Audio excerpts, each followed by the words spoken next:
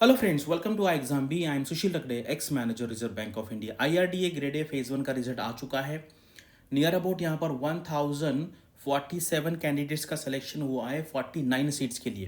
Competition बहुत ज़्यादा है और यहाँ पर आंसर राइटिंग करना इम्पॉर्टेंट है। और इसका जो आंसर राइटिंग है वो थोड़ा सा अलग है। आपको पता है आरबीआई ग्रेड बी एग्जाम में आंसर राइटिंग है, यानी कि डिस्क्रिप्टिव पेपर है, सब्जेक्टिव पेपर है, उसके बाद ऐसा पेपर नाबार्ड में भी होता है, और बाकी जितने सारे ऑफिसर लेवल के एग्जाम्स हैं वहाँ पर इंग्लिश का पेपर तो सब जगह पे होता है। लेकिन ये एग्ज़ाम है और इसके साथ और एक एग्ज़ाम होता है आरबीआई डीईपीआर का, जहाँ पे आपको पेपर पेन टाइप का एग्ज़ाम होता है, यानी कि आपको पेपर पे लिखना है। करेक्ट। तो आपको आंसर राइटिंग करने की प्रैक्टिस है और वो सिर्फ टाइपिंग वाला है, और ये नहीं है तो थोड़ा सा यहाँ पे दिक्कत आ सकता है। तो आपको ये प्रैक्टिस करनी है। और यहाँ पर दो मिस्टेक ऐसी है, अगर वो आप करने जा रहे हैं, आपको पता है कि you are going to do that mistake, you are going to commit that mistake, तो फिर आपको क्या करना है, इसका प्रिपरेशन नहीं करना है। क्यों नहीं करना है? क्योंकि यहाँ पे अपॉर्चुनिटी कॉस्ट भी है। क्योंकि आप इसके लिए प्रिपेयर कर रहे हैं तो आपको पता है एक इंश्योरेंस का एग्जाम है, वो इसी दिन में है, सेम डे पे है, और बाकी सारे भी एग्जाम्स लाइंड अप है। अगर आपको प्रिपरेशन करना है तो बहुत सीरियसली करो, अदरवाइज ऐसा हम बोलते हैं ना उसको, टाइम पास वाला मत करो। बहुत सारे लोग बोलते हैं नहीं सर मैंने ऐसे ही दिया, ऐसे नहीं करना है। अगर इसके साथ बाकी कोई भी एग्जाम लाइन अप नहीं होता है, सेम डे पे दूसरा एग्जाम नहीं होता, तो मैं आपको ऐसा एडवाइस कभी नहीं करता। तो यहाँ पे क्या मिस्टेक नहीं करना है वो मैं आपको बताऊंगा। चलो यहाँ पे वीडियो स्टार्ट करते हैं। तो यहाँ पर देखिए, अभी 49 सीट्स को अगर मैं 21 से मल्टीप्लाई करता हूँ तो वो आता है 1029, यानी कि 21 से 1:21, इससे भी ज़्यादा रेशो है, यानी कि 21 में से एक ही स्टूडेंट पास होने वाला है। और कल मैंने एक वर्कशॉप किया था, उसमें अगर आप देखेंगे ना, ये नियर अबाउट इतने लोगों का सिलेक्शन है 1047। तो इसमें से नियर अबाउट 200 कैंडिडेट्स ऐसे हैं कि जिन्होंने यही एग्ज़ाम लास्ट ईयर इंटरव्यू दिया है या फेस टू एग्ज़ाम दिया है, यानी कि वो थोड़े से एडवांटेज पोजीशन पे है। और 100-200 कैंडिडेट्स ऐसे हैं कि जिन्होंने आरबीआई का फेस टू एग्ज़ाम दिया है, नाबार्ड का फेस टू एग्ज़ाम दिया है, यूपीएससी का फेस टू एग्ज़ाम दिया है। तो ऐसे काफ़ी सारे स्टूडेंट्स ऑलरेडी यहाँ पर कंपटीशन में हैं, अराउंड 50%, कि जिनको आंसर राइटिंग का प्रैक्टिस पहले से ही है।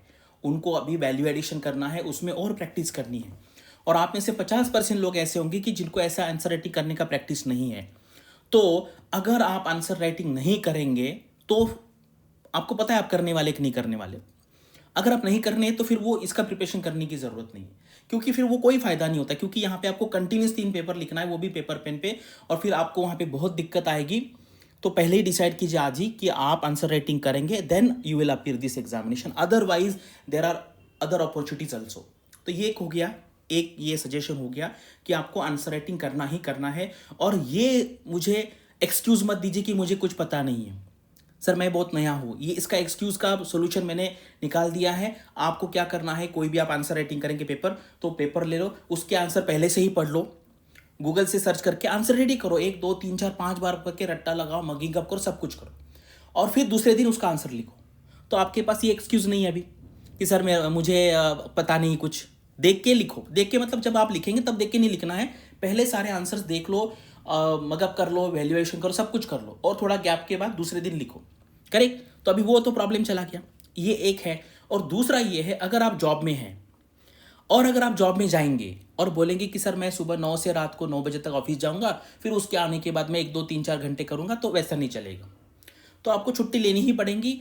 और ये मुझे रीज़न मत दो कि सर मैं छुट्टी नहीं ले सकता, आपको ऐसे लग रहा है कि भाई मैं अगर नहीं जाऊंगा तो बैंक नहीं चलेगा, ऐसा बिल्कुल नहीं। ठीक है। अगर आपको आगे जाना है तो आपको कुछ ना कुछ रिस्क लेना पड़ेगा। ये मैंने कम से कम 70-80 लोगों को कहा है, और नियर अबाउट 70-80% लोगों ने कुछ ना कुछ, जिसको हम जुगाड़ बोलते हैं, वो कर लिया।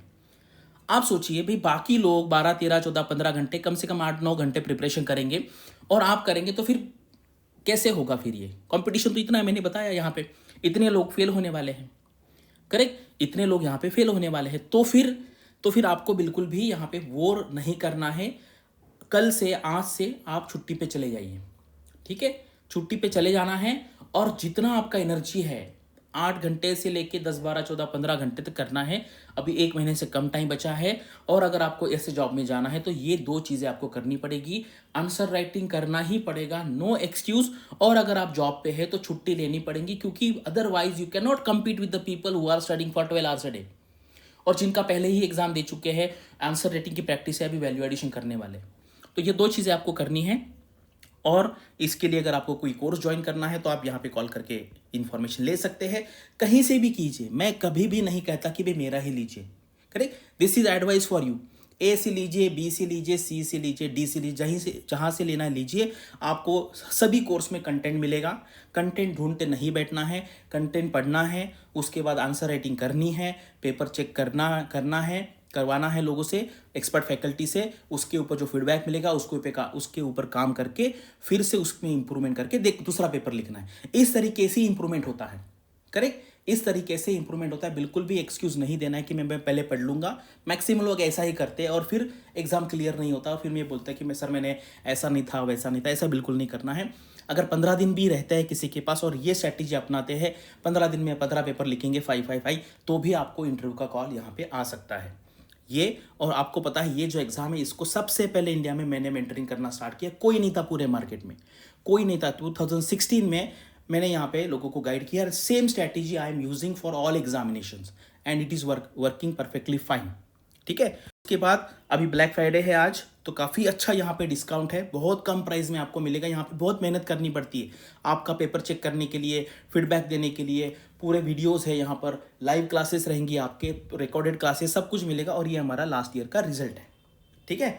आप अभी मैच्योर लोग हैं, करेक्ट। मेरा तो काम है बताना कि भाई हमारा कोर्स ले लो, ऐसे सब लोग कहेंगे। आप अपना दिमाग लगाओ, correct. That capacity you should have to decide which course is good for you, which course is not good for you, ठीक है। लेकिन नहीं, कोई ना कोई कोर्स ज्वाइन कीजिए। सेल्फ स्टडी अभी ये करने का ये टाइम नहीं है। अभी सेल्फ स्टडी करने का टाइम नहीं, क्योंकि टाइम कम है। रेडीमेड कंटेंट आपको मिलेगा, उसकी पढ़ाई कीजिए। और यहाँ पे आपको नीचे लिंक भी मिलेगा। और अदरवाइज यहाँ पे कॉल करके हमारा कोर्स चाहिए तो ले सकते हैं। अदरवाइज मार्केट में जो 2-4 कोर्सेस अवेलेबल है उससे आप खरीद सकते हैं। अगर आपको इसके बारे में कोई भी डाउट है तो कमेंट सेक्शन में पूछिए। Thanks for watching this video and all the best for your studies and upcoming examinations.